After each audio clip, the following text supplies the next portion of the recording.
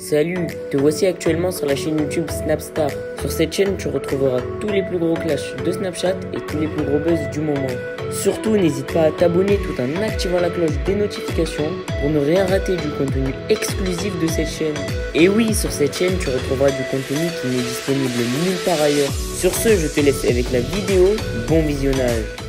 Comme vous avez pu le voir en regardant la miniature et le titre de cette vidéo, aujourd'hui nous allons principalement parler de Mélanie Dacruz. Vous la connaissez certainement tous, Mélanie a participé à de nombreuses émissions de télé-réalité et elle a très récemment participé à la 5e saison du Cross. Comme vous le savez, depuis quelques jours, de nombreux blogueurs et internautes affirment que Mélanie est enceinte de son deuxième enfant. Dans cette vidéo, Mélanie est au plus mal et elle répond à toutes les inquiétudes de ses followers. En effet, Mélanie est au bord du gouffre et elle explique qu'elle a perdu son deuxième enfant à cause de nombreux problèmes de grossesse. Je vous laisse sans plus attendre avec toutes les explications de Mélanie. N'oubliez pas de réagir dans l'espace commentaire et surtout restez bien jusqu'à la fin de cette vidéo. De Combini, auquel j'ai répondu à quelques questions. Vu que de toute manière je comptais pas faire une story pour expliquer tout dans les détails, etc., etc. Je tenais à préciser que moi, j'ai pas eu de chance, entre guillemets, dans le début d'un peu de mon souci, parce qu'en Angleterre, c'est très compliqué. Les suivis sont pas comme en France. Mon gynécologue en France, il est au top, franchement, heureusement. C'est d'ailleurs lui qui m'a autorisé, du coup, à voyager. Enfin, voilà, parce que c'était vraiment pris dans les temps, sous réserve que, du coup, je fasse une prise de sang à Dubaï. Mais il m'a hyper bien suivi, même... de France à Dubaï, il a communiqué avec le médecin qui m'a accueilli de base à Dubaï. Le seul souci, c'est vraiment quand tu vas à l'hôpital, quoi. Quand tu vas à l'hôpital, forcément, le gynécologue, il travaille la journée. Et à l'hôpital, après, tu tombes sur des médecins qui ne sont même pas les mêmes. Et sur les 5 jours où j'y étais, je suis jamais tombée sur le même médecin. Donc voilà, après il savait ce que j'avais parce que voilà, le médecin aussi que j'avais vu à Dubaï avant d'aller à l'hôpital, à chaque fois elle disait elle a ci, elle a ça, on a déjà fait ci, on a déjà fait ça. Et voilà, c'est parce que vraiment, et de trouver des médecins comme ça investis, c'est rare vraiment d'avoir un médecin vraiment qui est investi, qui t'appelle tout le temps, qui veut savoir comment tu vas, etc., etc. Il y a plein de filles qui m'écrivent et je vois que elles disent moi après on m'a dit revenez dans quelques jours on fait un contrôle. Enfin voilà, se sentent vraiment, entre guillemets, abandonnées. Elles se sentent seules et surtout, elles se sentent pas du tout accompagnées. Et c'est comme si, pour elles, tout le monde s'en fichait, quoi, parce qu'au final, les docteurs, enfin, franchement, ils ont beaucoup de monde. Ils doivent s'occuper de beaucoup de personnes. Donc, du coup, derrière, c'est compliqué d'avoir un suivi vraiment très précis et d'appeler sa patiente tout le temps, tout le temps. Et je pense qu'il y a beaucoup de femmes qui, du coup, se sentent un peu jetées comme des chiffons. Après, ça, je parle au niveau médical, mais je pense que même dans l'entourage aussi, parfois, c'est compliqué. Même à ce moment-là, l'entourage, c'est important, c'est un tout en fait, c'est un tout. Et moi, franchement, j'ai de la chance. Hein. Franchement, ça fait 2 ans que j'ai un super médecin qui est toujours là, etc. Mais ça n'a pas été toujours le cas. Hein. Moi, j'ai eu d'autres gynécologues et voilà quoi. Moi, quand j'ai eu mes problèmes avant Swan, j'allais à l'hôpital, puis après, il me dit reprenez rendez-vous, on regardera si tout est bon et tout. Je suis revenue et je me suis retrouvée opérée d'urgence. Donc, vous voyez, et pour eux, c'est comme ça. J'avais personne avec moi, etc. Donc, c'est. Voilà. En même temps, je pense qu'ils enchaînent, qu'ils ont beaucoup de monde, mais je pense que c'est quelque chose qui devrait être mis en place à côté, peut-être un autre service qui pourrait aider dans ces moments-là, parce on ne sait pas sur qui on tombe et franchement, je pense qu'il y a des femmes plus fragiles que d'autres et à certains moments, je pense que ça peut être même vital, je pense. Voilà. Et aussi pour vous expliquer, comme je vous l'ai dit juste avant, comme je n'avais pas expliqué en story exactement tout ce qui m'était arrivé étape par étape, même si là on comprend un peu avec les questions qui m'ont été posées, mais même il n'y a pas tout le détail, etc. C'est normal, c'est trop long, puis bref, voilà. Après, chacun son expérience. J'ai accepté vraiment d'en parler pour une fois, même si c'est quelque chose qui est quand même assez privé, parce que j'ai reçu tellement de messages. Quand j'ai fait mon post, j'étais vraiment très choquée. Je me suis dit, c'est 2% des femmes. Et moi, je reçois tout ça comme message. Il y a combien de femmes dans le monde par jour qui vivent ça? C'est juste... Mais c'est abusé, en fait. C'est vraiment... Tout ce que j'ai reçu, ça m'a vraiment choquée. Ça m'a plus traumatisée que même que ce que je l'étais avant. Ça m'a vraiment choquée. Il y a vraiment des femmes qui n'ont pas eu de chance, à qui on a dû retirer la trompe. Enfin, vraiment des femmes qui ont eu des problèmes, qui aujourd'hui ont des gros problèmes après ça. Donc, ça m'a vraiment motivée à à en parler et j'espère que ça va du coup en aider certaines. Voilà, je sais qu'il y a des gens qui doivent se sentir très très seuls, mais franchement, force à vous et vraiment beaucoup de courage. J'espère que ça sera meilleur après et voilà.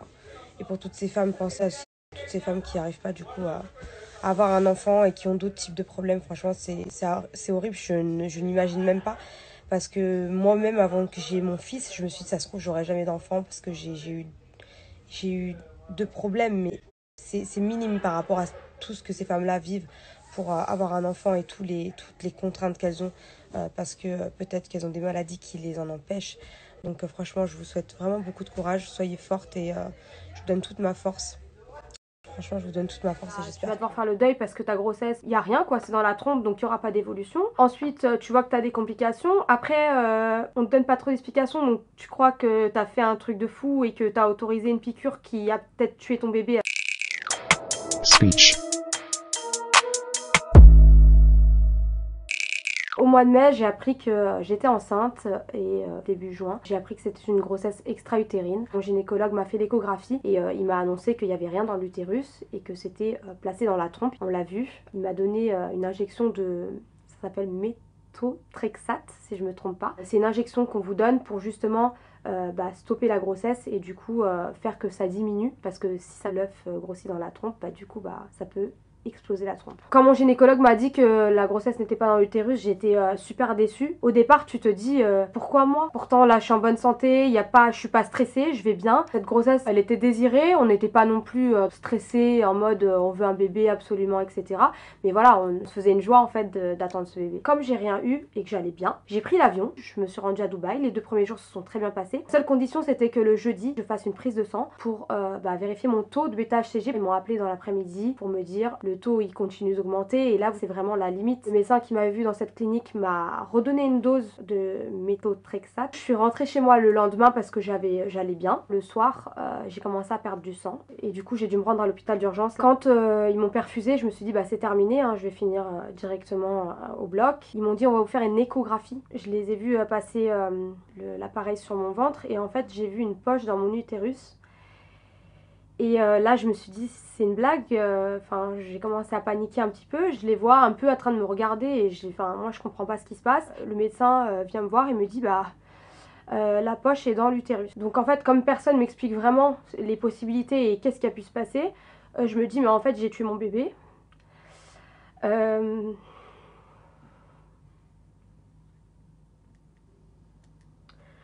Cette poche, on l'a pas vue quand on a fait l'échographie en France. Je suis restée au moins 1 à 2 heures à douter. En fait, je me disais que j'avais fait des piqûres, que peut-être que j'avais pas attendu assez longtemps. Et en fait, ils m'ont expliqué que la première piqûre a fait que ça m'a déclenché une fausse couche. Ça a déplacé l'œuf dans l'utérus et que du coup, je saignais justement parce que j'étais en train de perdre du coup le bébé comme si c'était une fausse couche. J'ai pas de séquelles physiques parce que franchement j'ai eu beaucoup de chance, j'ai pas eu de douleur. Ce qui était plus difficile c'était dans ma tête parce qu'au départ déjà on te dit tu vas devoir faire le deuil parce que ta grossesse y a rien quoi, c'est dans la trompe donc il y aura pas d'évolution. Ensuite tu vois que t'as des complications. Après on te donne pas trop d'explications donc tu crois que t'as fait un truc de fou et que t'as autorisé une piqûre qui a peut-être tué ton bébé. Et là c'est plus psychologique. J'ai appris que 2% des femmes sont sujettes à la grossesse extra-utérine.